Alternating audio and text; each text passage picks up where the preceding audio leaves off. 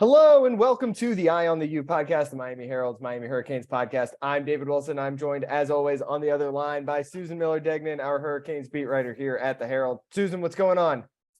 Well, I'm not in the Pacific Northwest, even though I'm wearing a Portland t-shirt. I am in the Northeast, in kind of up the elevation a little bit in Westchester, New York, about an hour north of New York City, with my in-laws, my family, my grandchildren are coming. About 20 of us, about 26 of us.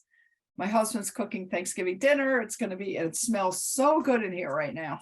Anyway, it's all as well. Well, I'm back here in Miami, and obviously we'll both be in the building on Saturday for Miami Pitt. Actually, my first Miami game in quite a while that I'll be at. But yeah. It's an important one, obviously, for Miami, sitting at 5-6, need a win to make a bowl game. Obviously, want to send the seniors out with a win on Senior Day. Miami has not missed a bowl game since, 2007? Other than last year because of COVID. Has qualified for a bowl game every year since 2007. Exactly. So, yeah, a big one coming this weekend. Obviously, coming off a win against Clemson. I would say an unsurprising loss to Clemson. Miami, I don't think either of us thought had a shot in that game, although they kind of did in the fourth quarter if the offense had not been absolutely horrific. 98 yards, a third fewest in a game in Miami history. There have been some bad years in Miami history. So obviously that wasn't great. They had it within 2 touchdowns with about 13 minutes to go with the ball too, and then just couldn't do anything with it. Clemson pulls away in the end. Weirdly, for a game that Miami kind of got crushed in, I would say closer than the final score indicated, than that 40-10. One of the better, it's a pretty low bar, but it's pretty much as well as they have played Clemson in the last, basically like since Clemson became a superpower. But that offense, we have to start there because it was a historically bad offensive performance from Miami. Which, I'm not surprised the offense struggled. Even, Jakari obviously riding high off that Georgia Tech game where he played so well. We knew the difficulty was going to ramp up on Saturday, and he struggled, unsurprisingly. But what was surprising, I guess, is the extent to which the offense as a whole struggled. Nothing going in the run game the entire game. It probably could have been, Jakari obviously misses a long throw to Xavier Restrepo on the second play of the game. Second play, yep. If he makes that throw, that's an extra 50 yards or whatever if he just makes that throw. So, part of it was, the offense has been bad all year and clearly just like has no identity or cohesion. But also part of it is obviously also starting a true freshman in his second career start, and the struggles you expect from that. So that the offense is a disaster. There's not a whole lot to say at this point. We've kind of talked about it all, but what did you think? You were obviously there in Clemson. What did you think of? I want to kind of specifically focus in on Jakari because he's the interesting part of this. The thing I think we can actually learn about. What did you think of the way that you didn't talk to him after the game, but just the way that he handled that situation, the adversity, all that kind of stuff? I mean, it's hard to say how he handled the adversity. It's easy to say that he's exactly the way I thought it would go. First of all, Clemson has, amazing athletes. Yes. And they're even without Brian Brzee, they're maybe arguably their best defensive player didn't play, but they still got 4 other like NFL defensive linemen. Oh yeah, their defense is so good, and there's no way Jakari did not have a shot. And between Miami's offensive line, just Jakari got sacked 3 times, but I mean they were pressuring the whole time. Right. He's turning sacks into 1-yard scrambles, right? Because that's the kind of player he is. He just didn't have a shot. He had one beautiful run, at least. I mean, his running is really good. But as we said last week, his throwing is suspect. Erratic. You and I talked about erratic is a better word, erratic. Like you were saying that he has we were saying he said he has a rocket for an arm, and I said, well, okay, that's great. That's nice. Yeah. But can he hit people? Can he, hit his targets? And between Clemson's defense and Jakari really needing, obviously he's young, but he needs to improve in that area. Mhm. He's not elite at all in that area so far that we've seen. He's only started 2 games, right? Right. And he's very young. So as far as handling it, I think he's a pretty mature, really good kid. And Tyler was there, Tyler Van Dyke, Mhm. even though he did not play, I guess, and Jake goes in the fourth quarter. We were wondering maybe if Jake should have gone in sooner. Mhm. And it gets a touchdown. It was a little dicey, we weren't sure, it was a little wobbly, whatever. I mean, everybody was nervous. I mean, poor Jake got just creamed. He got Oh yeah. I mean, that's a smashed. tough spot. And we talk about it Oh all the my, time, how tough it is for backup quarterbacks to come. I oh, never try to evaluate like what a backup quarterback, oh yeah, it wasn't warm especially in at all. that situation. Yeah. Terrible. Gets thrown in at the end of the game. Down big. Everyone Down knows big, you're and gonna he got throw. split. Yeah. And you know what? His stats say that he fumbled again. He got killed. Did you see that sack? I mean, Yes. he got I was scared for him. I thought this kid's like done. And he got back up, but I felt really bad. That was kind of the end. UM lost the ball, and Clemson, you knew, was going to pour it on. They're fighting for the college football playoff. You knew that Dabo Sweeney was going to just keep pouring it on. Yeah, the announcers were loving Dabo's kid and Kirk Herbstreit's kid in the game. They kept pointing him out on every snap on that last drive, the garbage time drive. But anyway, so that Jakari, he played exactly with it the way I thought he would against an elite team. Yeah. That's so it. I would say, it's interesting to look at how he played against Georgia Tech and how he played against Clemson, because there's 2 obviously massively opposite sides of the spectrum. Georgia Tech, not the worst team in Power 5, right? But probably not going to make a bowl game. And Clemson obviously in the mix of the playoff. And you could see against a team like Georgia Tech, his like athletic excellence and natural ability, like it could take over, right? He ran the ball so well in that game. And Georgia Tech, I mean, you can see they focused, obviously they wanted to take away his running because you saw how well Jalen Knighton ran as a result. Whereas Clemson obviously went in with the same plan, and they can shut down everything, right? Like once they shut down that, it was just a reminder that he's kind of I don't want to say one-dimensional player, because obviously, he's thrown a couple touchdowns, but pretty close to a one-dimensional player as a guy who can run. And the throw, Clemson was like, all right, try to throw on us, and he couldn't. I mean, if he hits that first throw to X, maybe things are different, because then you gotta account for it a little bit more. But once he missed that first throw, like Clemson was like, all right, just do that again. And I agree. I don't even know how maybe I'm being a pessimist, but I don't even think things would have been that different. Yeah. Personally. Well, I think they probably would have still said, all right, do it again. Right. Like, let's see. Yeah. Then they would have 4 more times. And I mean, the idea that Miami got 30 yards rushing, I know 30 yards rushing. I'm looking at stats, and they lost 14 yards on sacks. But come on, forget it. You're done if you get 30 yards rushing. Yeah. So, I mean, that, especially when you can't throw, right? Like that was the whole promise of Jakari, is you're gonna at least run the ball well. And obviously that's what Mario wants to do, what Gaddis wants to do. And their defense UM's defense does fight to the end. I love that.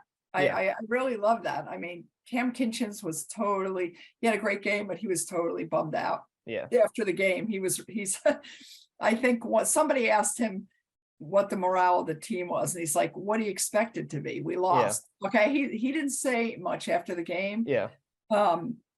But the defense is to be commended. If Miami gets that defensive performance with the offense they had last year or the year before, they might win that game, right? Like the defense was obviously they gave up 3 quick touchdowns. But after that, they were fantastic. Right. they obviously were on the field a ton because Miami, they ran, I think, 19 offensive plays in the first half. Like they were, the defense has been, it's interesting because we've talked so much about the underclassmen over the last few weeks here, all the freshman starters. And I think it's interesting to like think about the way the defensive underclassmen and the offensive underclassmen compare, because the offensive guys are kind of, and maybe it's a product of just the offense has been a mess all year and like they have no cohesion.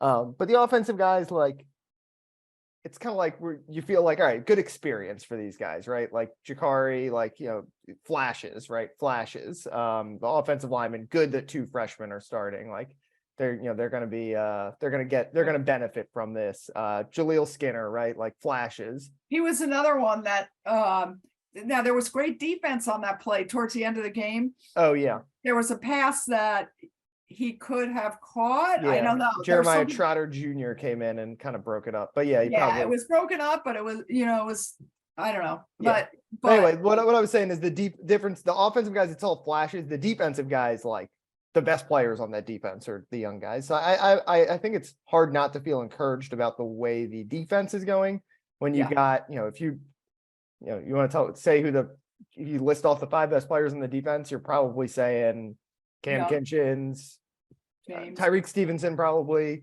James Williams, Leonard Taylor, Daryl Jackson. Like 4 of those 5 guys are underclassmen who will be back next year. You throw in Wesley Basaint, who I think has been and really Wesley good. And Wesley. Yeah.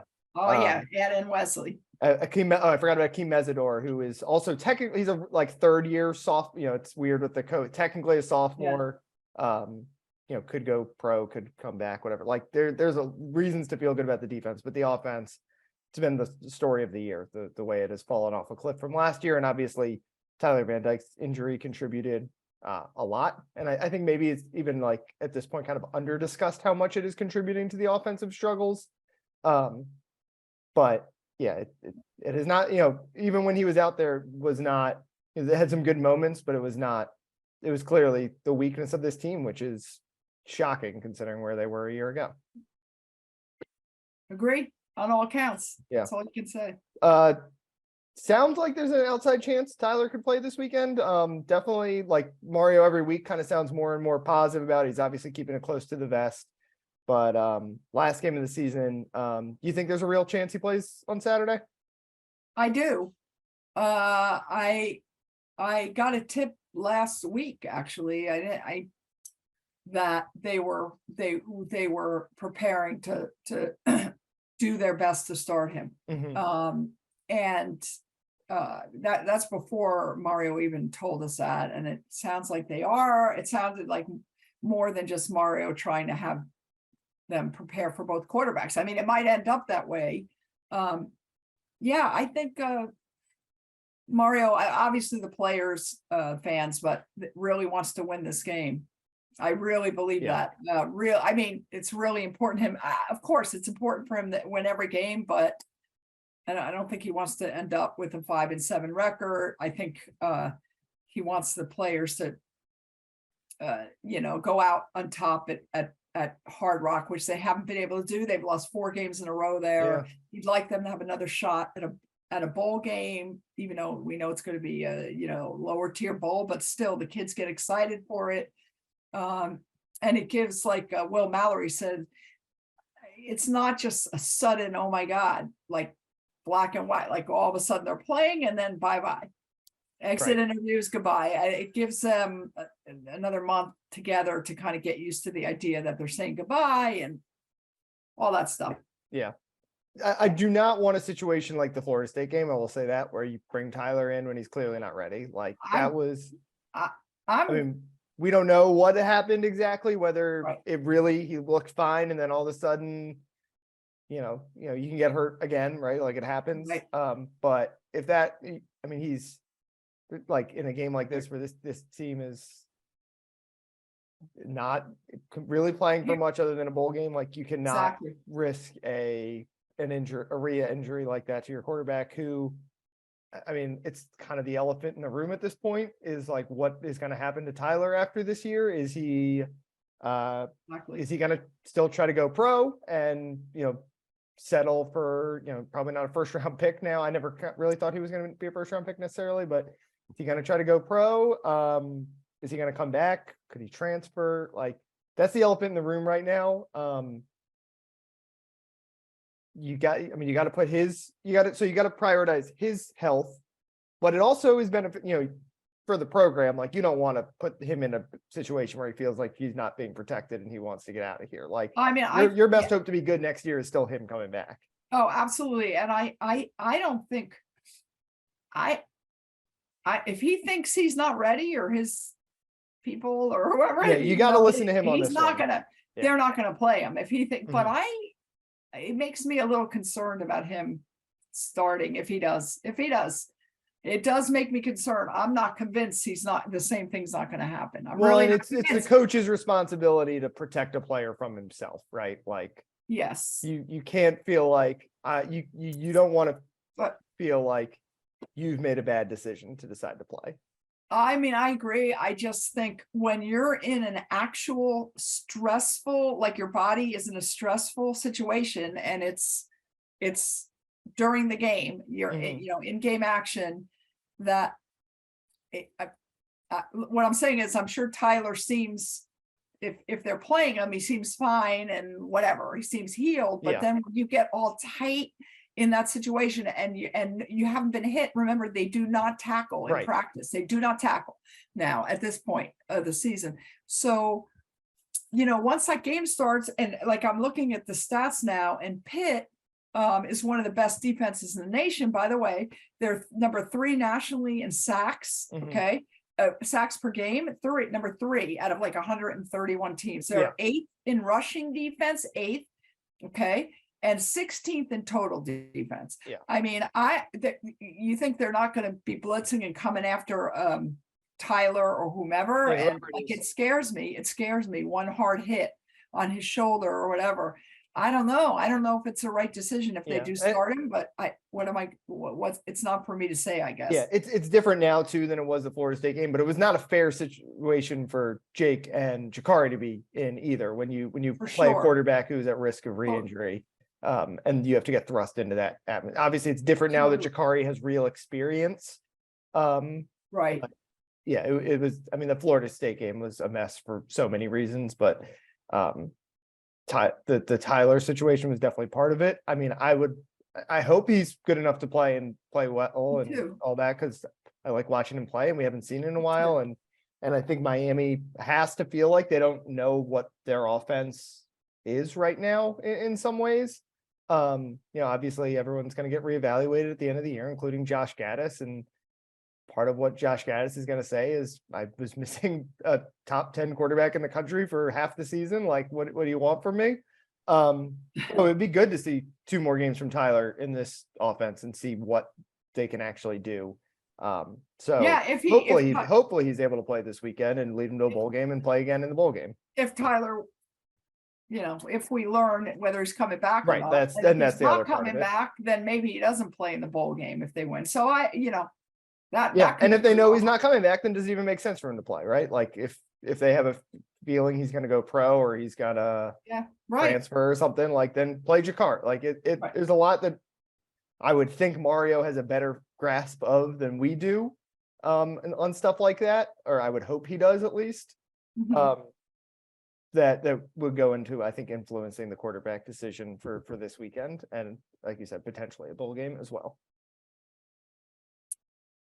Okay, so it's senior day, obviously. Also, I wrote about something. Obviously, you're writing about in your advance too. That'll be up probably around this time most of you people are listening to this. I wrote about them on Tuesday. A group of seniors that has been through a lot in their Miami career. I looked it up. Wayman Steed, who is the most experienced player on the roster, a 6th-year senior, who's been at Miami all 6 years. He didn't sign, but orally committed to Miami when Al Golden was the coach. So that is how long some of these guys have been around the program. Obviously, the group of him and the class a year after him, which is like Will Mallory, John Campbell, Gilbert Frierson, obviously those DJ Scaife, DJ Ivy, I think are the 5 left from that class. Those guys have played for 3 coaches. I know like senior day, it's like like it's a cliche, right? Send it at the seniors with a win, but I do kind of like think this senior class kind of deserves it for all they've been through. Oh, for sure. I mean, I agree. And it's always an emotional day for them. It is. It Yeah. is. And Mario knows that. I mean, Right. he's like he knows that. It's very important to the players. Their families come, and they get introduced to whatever on the field before the game. And it's sad for them because again, it has to be like almost like a sad moment, nostalgic moment. I don't know. It's just that when they run through the smoke, they know everything's the last time. And I guarantee you there are going to be a lot of tears after this game. If they lose. If they lose, a lot of tears. There's going to be a lot of tears. And maybe if they win, there'll be tears. I know it's just a lot of emotions. And I agree. They deserve it. And God knows how many fans are going to be there, but at least it's an 8 p.m. kick. It's on ACC network for people who want to know how to get it. Mm-hmm. And Which I think means a lot of our listeners, including myself, do not get that channel because we're Xfinity subscribers. Oh, I'm Comcast, so I get it, but I'll be there. So anyway, they deserve it. I hope they have a good game. Pittsburgh's good. Pittsburgh has already qualified. Pittsburgh has won 3 games in a row, David. And they're 7-4 overall. So they're coming in, they're feeling strong and good. The thing is that they have already qualified for their bowl. Right. So this game is not, I don't know. Yeah, Pitt is kind of interesting because remember last year, this was one of the games of the year in the ACC. Miami, Tyler Van Dyke, Kenny Pickett in an absolute shootout. And Kenny Pickett was great, but he threw at least one pick. Yes. Pickett. I know he did 1 or 2. And Tyler was. I think James Williams had a clutch interception in that game, if I remember correctly. All I know is Tyler was amazing. Yeah. And they came back. There were some good Oh my God, there's some good Pittsburgh games the last several years. Really. Yeah. Well, they ended Miami's undefeated run in 2017. Yeah. Kenny Pickett, I believe it was Kenny Pickett's first start. I think it was. Yes, it was. That was really cool. And I remember in Pitt, of course, this is here, but in Pitt, snow and the UM players with their bare chested going out with no tops at all, warming up in the snow and the cold, throwing the ball around. It was really funny. And they won. They won that game. But anyway, it's interesting. That game was such a shootout last year. And then you saw both teams come back this year and try to totally change their offensive identity. Pitt obviously loses Kenny Pickett, bringing Keaton Slavis from USC, who has thrown more interceptions than touchdowns this year. And lost Addison. Yeah, and Jordan Addison, obviously, it's the transfer portal. Yeah. And they've just become this power running team, which is obviously that's Pat Narduzzi's like MO. That's what, it was an outlier for him to have that high powered, high octane offense last year. But they made the pivot well. Israel Abakanda, I believe is how you pronounce the last name. Yep. That's right. 1,300 yards already this year. One of the best running backs, all conference type guy. One of the best. And Miami tried to do the same pivot this year, and it just hasn't worked. And obviously, the injuries, like I said, are part of it. But it's interesting to see that Pitt flipped its identity, and 7 wins now. Obviously, looking for 8. I think they've underachieved as well for a team that started the year in the top 25. But they've at least they've figured out an identity and stuck to it, and it's worked. And Miami just hasn't done that this year, but also hasn't had the luxury to do that this year because of the injury. So it'll be, I think it's an interesting, obviously Pitt and Miami feels like are always, like you said, playing big games and relatively evenly matched. So I think it's a good final measuring stick for this team. Obviously, like we said, if they win, they make a bowl, but it's a good measuring stick for Mario and Gaddis and what these guys are trying to do. That if they can win a game like this, honestly, a win would be Miami's best win of the year. Yeah, it would be really big. What a nice way to go out. I guess they haven't, now that I think about it, I don't know what Southern Miss has done, but they haven't beaten a team that's going to make a bowl game all year. Man, I didn't think about that one. That's gonna have to be my gamer possibly. Southern Miss might technically, I think they have enough wins. But yeah, Wow. it's, now Yeah, that I think about it. That's kind of interesting. Southern Miss 5 Yeah. and 6, so they got to win this weekend to make a bowl. Obviously, Wow. Virginia and Virginia Tech are not going to make a bowl game. Well, And then Bethune-Cookman is, so Miami has not beaten a team that's going to qualify for a bowl game this year. So okay, don't say it any more times because I got to put that in my there story. you go. They got to, like, That's this would good. be easily their biggest win of the year, which Yeah. that's another component of it. Really true. And by the way, Abanaconda, Abanaconda. I think, unless I have it spelled wrong. And I might. He has 8 100-yard games. He leads the nation in touchdowns. Is second in the nation in all-purpose yards, 168.6 a game. And he's second in the nation in rushing touchdowns with 18. Yeah. And he's sixth in rushing yards per game, 132. So yeah, it's an old school Pitt team. It's a Pitt team you're used to seeing. And obviously that's kind of what Miami wants to do too. And they just haven't been able to do that this year. And by the way, and you know, the ESPN FPI, the football power index, Yeah. and they give you all the percentages. They give Miami, I looked it up last night, a 44.6% chance to win Saturday. That sounds about right to me. Slight underdogs, right? I would say Yeah. so. Yep. The importance of a bowl game. Obviously, it's the hot topic this time of year, every year. Do you buy into like you need the extra practices, all that? Like, I do. how important is making a bowl for this team? I do. I for every reason. I for the unless they lose again. That's a problem. They always seem to lose these games. They always seem to lose. I mean, the thing is, making a bowl game to me is important. It's really good for morale for the program. It's good for recruits to see. I mean, God, if they finish 5 and 7, I don't know. I know Mario's a great recruiter and stuff. It's they get the extra practices in, and it's not, by the way, it's not like 15 extra practices. Okay, if there really is no NCAA rule, as far as I know, on practices. And what happens is, because the kids have off, because the kids are studying for finals, because all this stuff happens, they usually only get, believe it or not, like a week. Yeah, a week and a half. Depending when the game falls. Yeah. They don't get many practices, but the point is they get it, and the young recruits can come watch practices. They let them come and stand on the sideline, you know, and it's like exciting again, and they go get their little bowl. It's fun for the kids. It's really, I think it's a nice experience. The problem is that they just lose all the time. Right. So, and you and I have been there. We're at the Independence Bowl, at the whatever, and it's a Pinstripe Bowl. These and the bowl losses tend to be pretty bad. Like they're like horrible. Like and yeah. So you think about how the last couple of bowl games have gone for Miami. Last year canceled for COVID. The year before Derek King gets hurt. Right. The year before that's the Independence Bowl. Dan Enos gets fired the next day.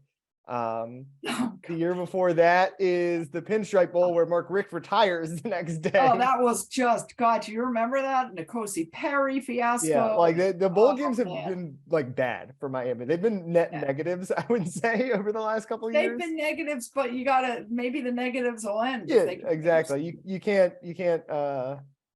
just assume that because it's gone poorly in the past, it's going to go poorly again. So I think the bowl's important. I think obviously the practice stuff is important. But I think Mario needs you need to show some sign of I mean, it like you said, he's keeping this recruiting class together for the most part. What would 5 and 7 do to it? I don't know, but I know that 7 and 5 with a win against, I mean, it's not gonna be anyone important. It's better. It's better. It's better, but David, also like for this game coming up, this one right now, it would be really important for those young players, you know, for them to show that there's hope for the future. Right, exactly. Like a win, like just winning this game would be like the most positive thing Mario Cristobal can point to from on field this year. At least for a month, which is important. Yeah, exactly. Or less, whatever. So. Yeah. Yep. And yeah, with so many young guys, I mean, every game matters too. Like it's every game is another chance to evaluate. And as Mario is trying to reshape this team this offseason, We've already had 4 guys go in the transfer portal. It might be another couple before this Oh, post. yeah. Like that would not be surprising. Every game is, if you get to the bowl game and I don't know, someone you don't expect to all of a sudden looks like a future starter, it shapes what you feel like you need to do in the portal. Like every game is it's a chance to Really evaluate. true. And for a first year coach, it's much better to have 13 games to look at than it is to have 12. It's an extra And I can't, 60 and minutes of maybe football to look at. agree, and maybe in closing, I would say that I feel for Mario because these next few weeks, I mean, not only are there going to be he's going to have to be meeting with everybody, and a ton of guys are going to go in the transfer portal, but he's got to keep his eye with Alonzo Highsmith. Thank God for Alonzo. I think seeing the other side of it, right? Who's entering the portal? He's got a lot of figuring out and shuffling and stuff to do, and planning for a game. And yeah, I mean, he usually gets what, 4.5 hours of sleep a night, maybe. I think his wife told me that maybe now it'll be like 3.5. Yeah. I don't know. Yeah, it's gonna be busy. I mean, the portal is like you said, it's going to be, they're gonna have to add a lot to it, but as Mario said on Monday, like they're also kind of like telling kids who are maybe don't have a future role here. So like there's gonna be a big exodus as well. That some of it might be guys that Mario wishes he could keep, but a lot of it is going to be just kind of culling the roster and bringing in improvements he hopes in the summer. Yeah, the portal in his first off season was, I'd say, a little bit of a mixed bag. I think pretty much every one of those guys he got has been a contributor. Okay. Mesidor looks like a star, but he, obviously they needed more. It kind of feels like now like they could probably use another receiver. Like there's a couple spots where they're going to have to do I think a better job in the portal this offseason if the team wants to get back to really contending. And then like we said, Tyler Van Dyke we really don't have a sense of what his thought process is right now, whether he's going to come back, transfer, or go pro, and that'll determine a lot about what this team can be in the immediate future. Anyway, we're just about out of time, so let's wrap up there. You can follow Susan on Twitter at @smillerdegnan. She'll have your preview probably up by the time you're listening to this. You can follow me on Twitter at DBWilson2. We'll both be at Hard Rock Stadium on Saturday for the final regular season game for the Miami Hurricanes, and they hope it will not be the final game for the 2022 season. We'll see if they can qualify for a bowl game. We'll be back next week to wrap up the regular season and maybe talk about some possible bowl destinations. We'll see.